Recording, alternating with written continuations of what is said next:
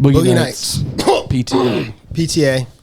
1996. Do it. Starring... Do it.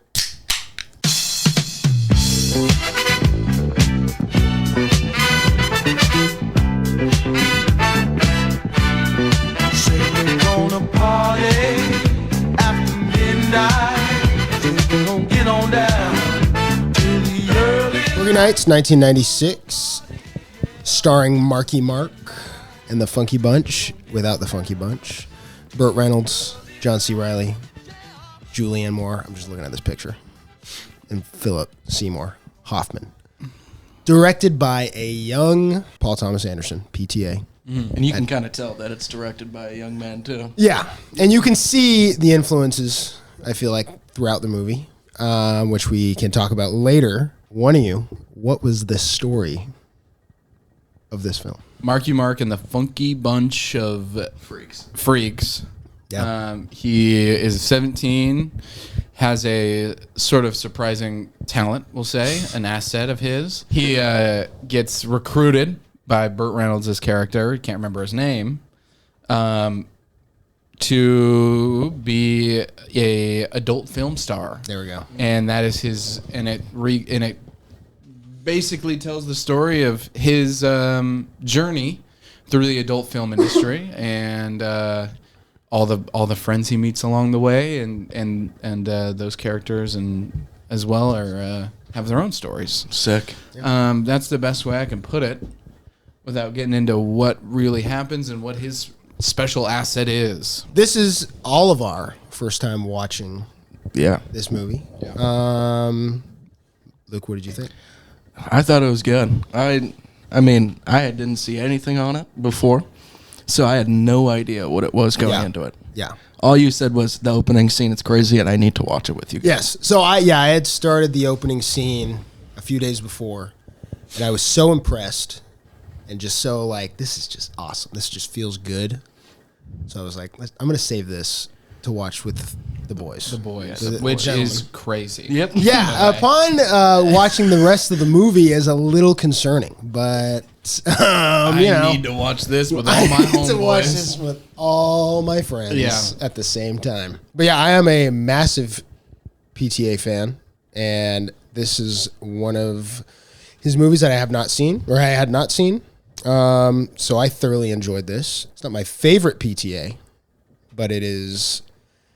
I mean, they're all up there. Okay. Yeah. Going from a Punch Drunk Love to this for the first time for both of them at night. Well, I mean, extremely sexy movies.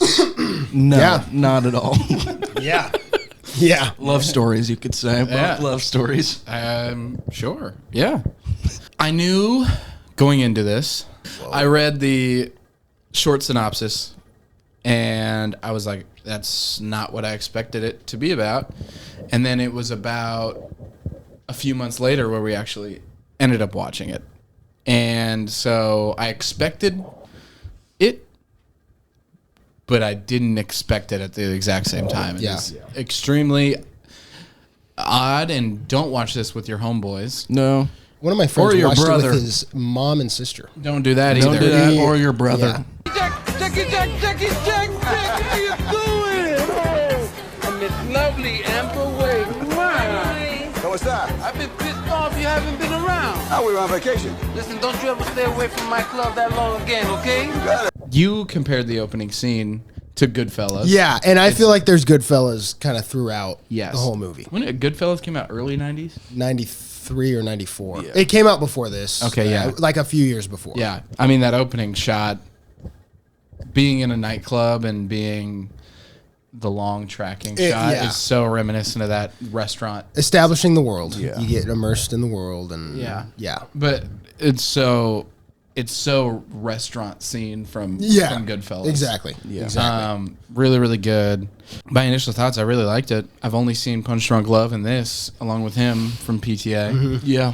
Really thoroughly enjoyed it. It's almost plotless, but in a way, It's full of plot at the same time. Yeah, Yeah. it's like my only reference point that I can think of is like Once Upon a Time in Hollywood. It's a character-driven movie. Yes, it's yeah. That's what's kind of driving the interest of the audience, at least. Yeah, I feel like. And the characters were great.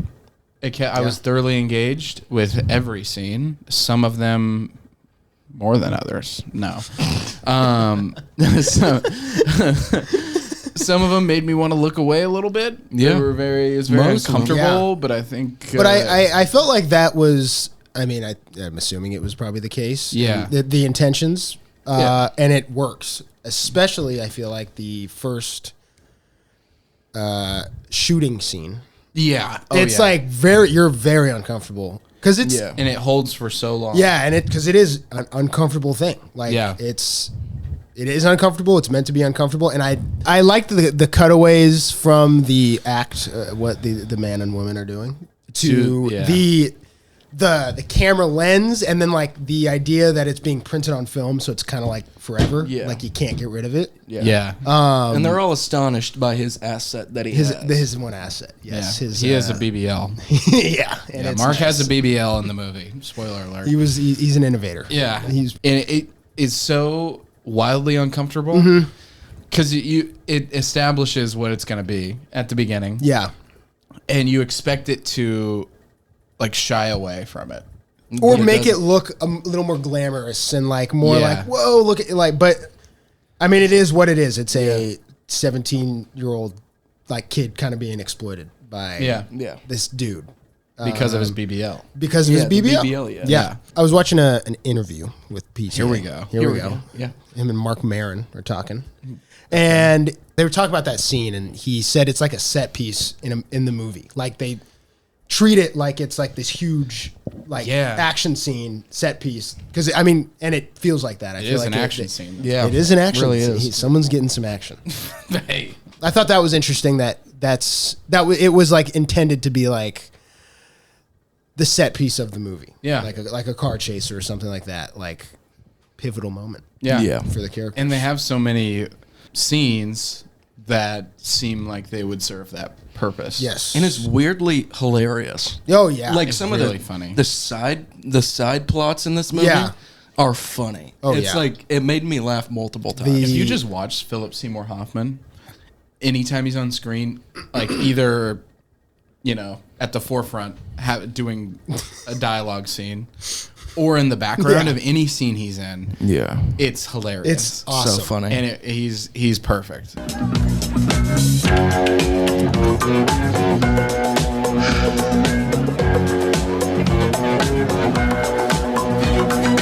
I believe in miracles. Where you from? You sexy thing, you. He is dude. Rest in peace. Like R.I.P. R.I.P. him because He's in The Master too, right? Yeah.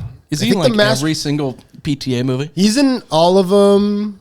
Obviously, like once he died, he wasn't in it, but he was in all of them except for I think There Will Be Blood. That's the only one he's not in. He's dead. You didn't know he was dead? You didn't know he died? Dude, he died like right after The Master. Yeah, dude. What? Yeah. You didn't know he's dead? No, I thought Oh, and then are you ready for even a bit like a better thing? Not better. but you know what I'm saying. Heartbreaking, kind of. 2021, PTA's last movie came out. Who's starring in it? His son. Oh. What was that? Licorice Pizza? Licorice Pizza, yeah. Yeah. Wow. Okay. Sorry. I had zero clue that he was dead. So rest in peace. Rest in peace. All right, for sure. I could kind of tell on your face when I said that you were like genuinely shocked. I'm absolute shock because I thought he was alive and well. No. And Yeah, it's really retired. sad. Still kicking it in the movie industry. Oh, I wish, dude. Yeah. I think if there's any actor that I wish was still alive, easily Philip. him. He was like he had probably like 20 more insane roles left in him. Wow. And I didn't even know. I didn't even know he was in this. I completely forgot. Like I forgot that he was in this, and I forgot that he was in Punch Drunk Love when I was watching both And of them. those are the first two movies I've seen of him. And Oh, dude, he's crazy. him in The Master, like one of the most unreal performances ever. Pointing at me. You saw him in Mission Impossible 3. Yes, and I think if you've seen Hunger Games, He is there too? in the later Hunger Games movies. Okay. Isn't Anyway, Yeah, let's. He's great. We could talk about him forever. yeah. Yeah. One thing that I wanted to bring up, when you start getting into the actual plot of this movie, it's alarming, like what they're actually doing. Yeah. Yeah. Like, he's 17. I mean, I don't think he's 17 when they first shoot something. I think he he's is. 18. Really?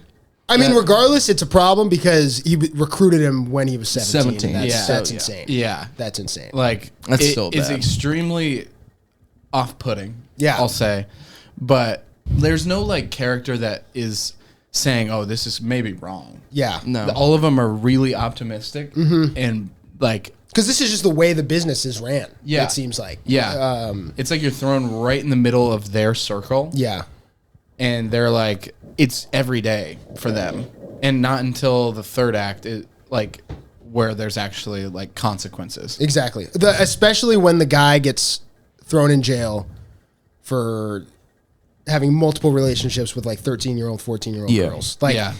And, like, that, I think if they didn't have that moment in the movie, maybe people would look at this movie a little differently. Like, are they saying it's okay? Which I don't think they are, regardless. But, like, with that scene... This is clearly not okay, but for some things, it's like this world views certain actions towards kids okay, and certain actions not okay. Like, to kind of juxtapose it, not, I guess, juxtaposing it, but the Buck, he goes and tries to get a loan for his business he's trying to start, and they won't give it to him because of his profession. Yeah. Yeah. And it's like the world views them in a certain way. Like you can't get out. Once you're in, you're never escaping it. Yeah. And then also, like, they view the world in a different way. Yeah. Yeah. Which I thought was really cool. Yeah, I was just surprised at how positive and happy everybody was. And it wasn't until 2 hours into the movie, maybe, like I guess you see her character, Julianne Moore, like go through it, and there's like cracks, but there's always like just beyond this like veil of like, oh, this is all cool and awesome and fun. Just rips a little, like a tiny rip, and then it turns into like it's falling down. Yeah, and because the dark parts are very, very dark. Bleak, and like very sad and depressing. The guy that kept finding his wife cheating was probably, spoiler alert, the funniest thing. That was the funniest plot I've ever seen. The fact that anytime he was on screen, it was like, oh god, like the third time, or was it the second? It was the third time it happened. Yeah, they only do it 3 times. I wish they would have done it more, because every time he was on screen after the second time, you're like, oh god, where's his wife, dude? Where's his wife? And then he look at him in the I back, mean, it is a, I know he's a creep. Creeping in the back, dude. I was like, oh, he's just like, it's kind of a funny like gag character, and then the third time it happens, it's like this. It's different. It's the moment in the middle of the movie where everything after that becomes so weird, gross, dark, and not fun. And it was so good. Yeah, like that whole. I was like, oh, he's gonna shoot himself. Like that's immediately what I said. Him shooting his wife and her, the partner, the cheating partner. Yeah, whatever guy. We didn't see. Yeah, we didn't see some random dude. Cares. Yeah, I don't know. That was awesome. And I like that they never talk about it. They never bring it up, but you can feel it. It's like looming over because of just how dark everything gets after that. Yeah. They never bring it up. No. Yeah, that is weird too. Yeah. Because even when they're at the house, that same house after watching that, you're like, oh, like what's going on? Like there's an elephant in the room. Some guy shot. There's 3 people were killed in this house. Yeah, and then the next scene, it's like nothing ever happened. Yeah. It was, I don't know. And it was the 80s. It was like that night the 80s came in, and the shift from film to video. Yeah. It was like all in one night. It just became way worse for everyone. Yep. The scene when Mark first goes to the house and he goes up to the tiki bar. Oh, and that's where you see him and John C. Reilly. They just go back and forth for, it seems like 5 whole minutes. And it's awesome. And it's just sick. It's just dude talk. Yeah, it's so good. Like, everything they were saying is so funny. Can I ask you something? Uh-huh. You work out? Yeah. Yeah, you look like it. What do you squat? 2. Super. Super. What about you? What do you squat? 350. Their whole relationship was hilarious. Yeah. The part at the end when he's trying to record his like musical career, you got the touch, dude. That was so funny. And then they like were threatening to beat that guy. Like he kept doing the karate kicks to the guy that's holding their mixes, their demo tapes is what they call them. Dude, that was fucking hilarious, dude. Yeah, yeah. There's so many like individual moments in this movie that are genuinely classic. Yeah, like some of the best. Like the firecracker. Remember at the end when they're sitting there? Yeah, and he's just throwing firecrackers all over the room. Yeah, and they would scare them every time. It happens like 100 times. Hey, and that is some quality shit. If you want to, don't worry about it. That out. I mean, go ahead. You know, if you want. No, wait. What's that build up? What this part?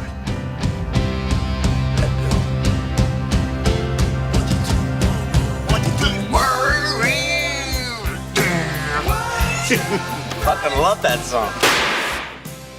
So anyway, what's the price?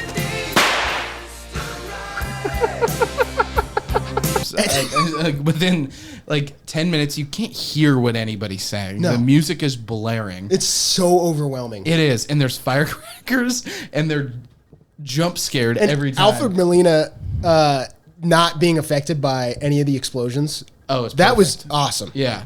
He was cool too. He was so cool. He like he probably had like 10, 15 minutes, and he like had crushed it. Crushed it. Yeah. One of the most memorable parts of the entire movie. The look that Mark Wahlberg gives in that scene when he just goes silent and he's just like looking and he's like, "Oh my, what is going on?" It's like all of the movie has just hit him, and he's like, this is bad. Yeah. Like this is fucking fucked up. We need to get the fuck out of here."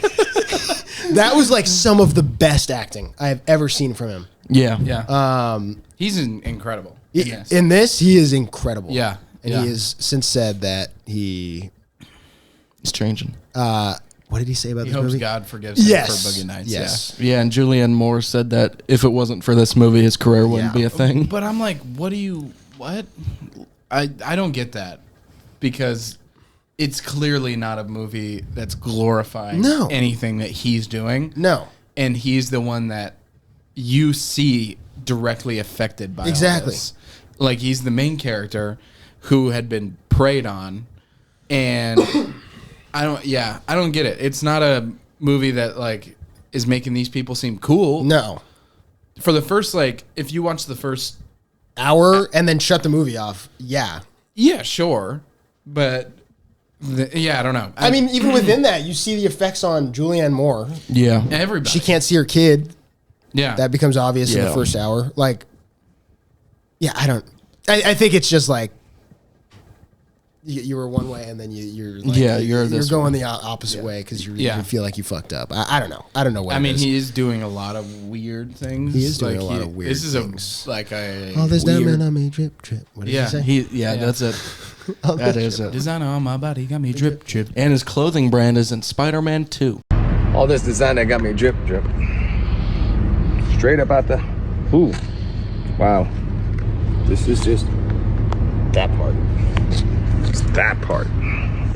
Oh. Is it really? One of the boxes when Aunt May is moving out says... what is it? Municipal? Yeah.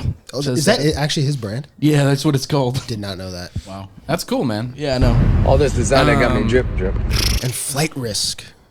Remember that movie that came out earlier this year? Oh, where he's bald. Bald. Yeah, it's like the worst bald cap. Oh, okay. I thought you said Fight Risk. No, Flight Risk. Yeah. Directed by Mel Gibson. Oh. Lovely guy that likes Jewish people. Okay, good. Yeah. I'm glad he does. Yeah. If he didn't, that'd be There's no phone call recordings of him saying he hates black people or Jewish people. Well, yeah. Well, thank goodness. Don't look into that. If not, if he does have some of those random things, really you were listing, bad. Yeah, it would be pretty bad. I'd probably not like him. Probably publicly condemn him. Yes, but thank God he doesn't. Yep, No, he made a great movie called Flight Risk earlier this year. I need a woman, not a fucking little girl with a fucking dysfunctional cunt. I need a fucking woman. I don't need medication. You need a fucking bat in the side of the head. Exactly. Yeah. Let's hold on. You have anything to say? I did, and then we started talking about this amazing guy named Mel Gibson. Yeah. Flight Risk. And Flight From Risk. 2025. How did it end? Oh, it ended. It was kind of like they had moved past their trauma, and they kind of became like a surrogate family. And Buck, everybody in that donut shop got absolutely destroyed. Oh yeah. Buck took the money, Blood money.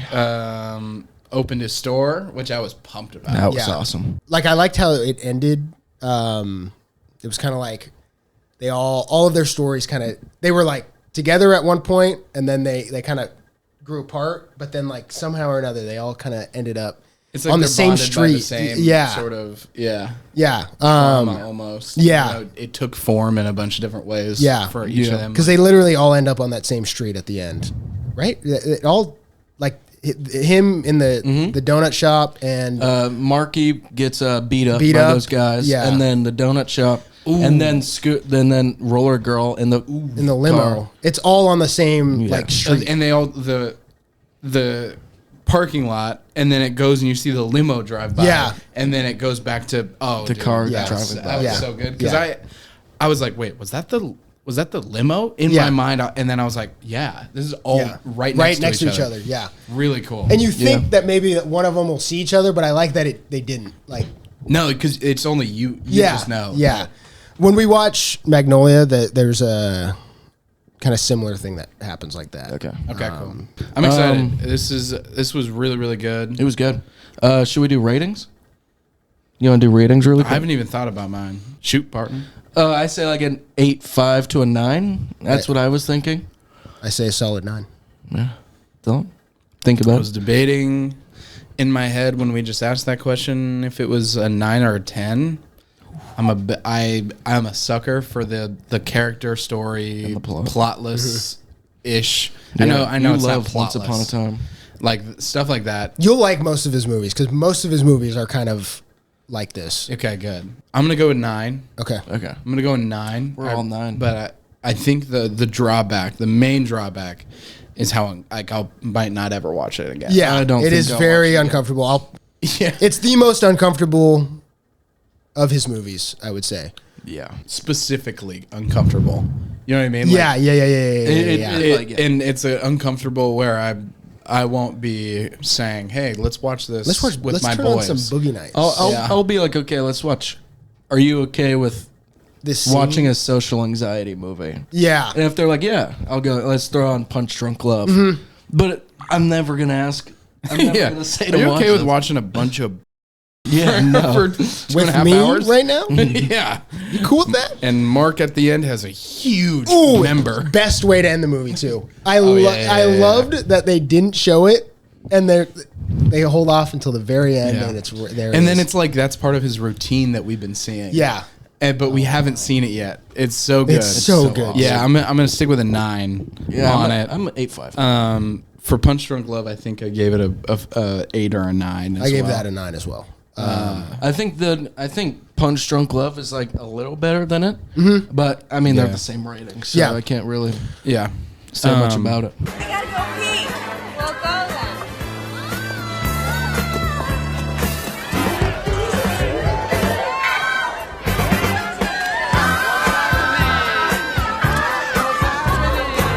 Paul Thomas Anderson made a short film when he was 18, fresh in, I think, USC. About I think. Dirk Diggler, right? Yep, the Dirk Diggler story. It was a 30-minute mockumentary kind of thing.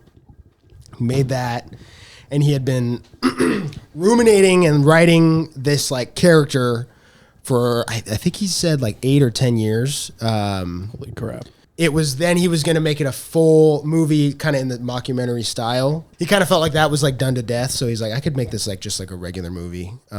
I'm assuming he watched Boogie Nights, or not Boogie Nights. Fucking, I'm sure he watched it Boogie once or Nights. I'm assuming he watched Goodfellas, and that probably heavily influenced it. It feels like the structure of it really feels like it, and then obviously the shot of the tracking in the fact that it's in a nightclub. So cool. And the Goodfellas one is the music, the lighting is awesome. How the music is loud. I love. I mean, we didn't even talk about this. The music in this movie, one of the best soundtracks I think ever. Of course. Every like 5 minutes there was a new song that I was like, holy crap. Banger song. I played Sunny by Boney M, which I love. I love Boney M. I'm going to get some credit here. I love Boney M. Here we go. Follow me on Instagram, guys.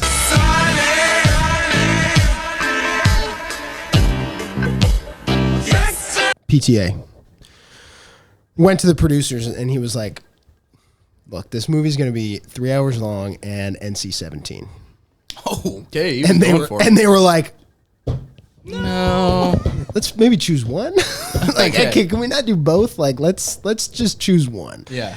And he ended up choosing R, and then the movie ended up being only 3.5 hours. So 2.5. 2.5. Apologies, my bad. 2.5 hours long. Only 3.5 hours. So everyone kind of won.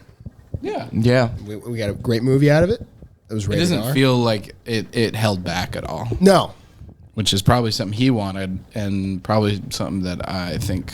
Thank God they held back a little. Yeah, thank God they held back a little. Yeah. Maybe no, you can't hold back anymore. But it was like they went as restrained as they could, while also not. Yeah. I mean, when you're making a movie about this, you kind of have to do that. You can't like restrain yourself too much, or else. I feel like it lessens kind of everything. Yeah, the movie's worse for it. Yeah. And I think this is a perfect balance, even though I probably won't return to it for a long time, maybe ever. But I am like super happy I saw it because it has great. It's really, really, really great. Yeah. Oh, Leo was the intended Leo Skeppy? Leonardo DiCaprio. Oh, wow. He was going to be. That's who PTA envisioned for the role.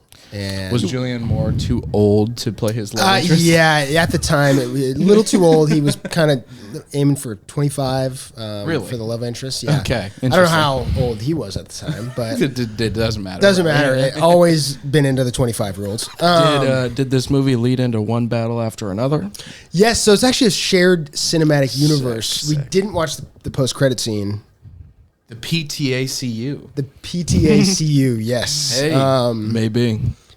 So, we'll find out what happens next in one battle after another. That's going to be a great one. That's going to be it. Dude.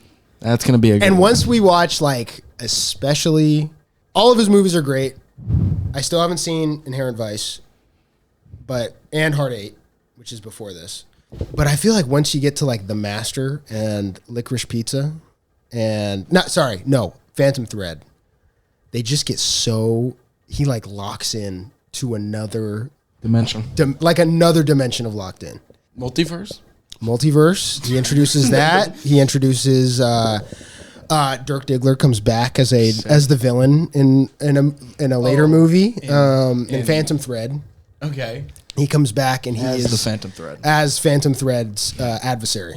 Yes, in Phantom Thread. Okay, and then they kind of have like a multiversal battle, and then there was a TV in length. Yes, and then there was a Disney Plus show. Which has Philip Seymour in it. Okay, that Disney Plus show kind of like then they had to how he gets to be the mattress guy in Punch-Drunk Love, and then we see him become the master in The Master. Yeah, so he becomes the master. But he doesn't really feel like he's like worthy of becoming the master, so they have like a TV show spin-off of it. Okay. And then in The Master, he's still not really sure if he's like worthy of being the master. Okay. And then at the end of that, there's a post-credit scene with the villain of that movie. Okay. He's in a prison in the middle of an ocean.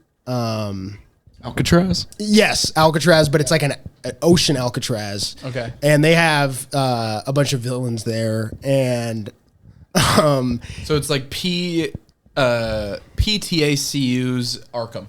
Yes, and so then the Joaquin Phoenix's character in that movie comes in, and he talks to the villain of that movie, and he's like, "Hey, what was your deal?" And he's like, "I've seen it in the probabilities. It's coming.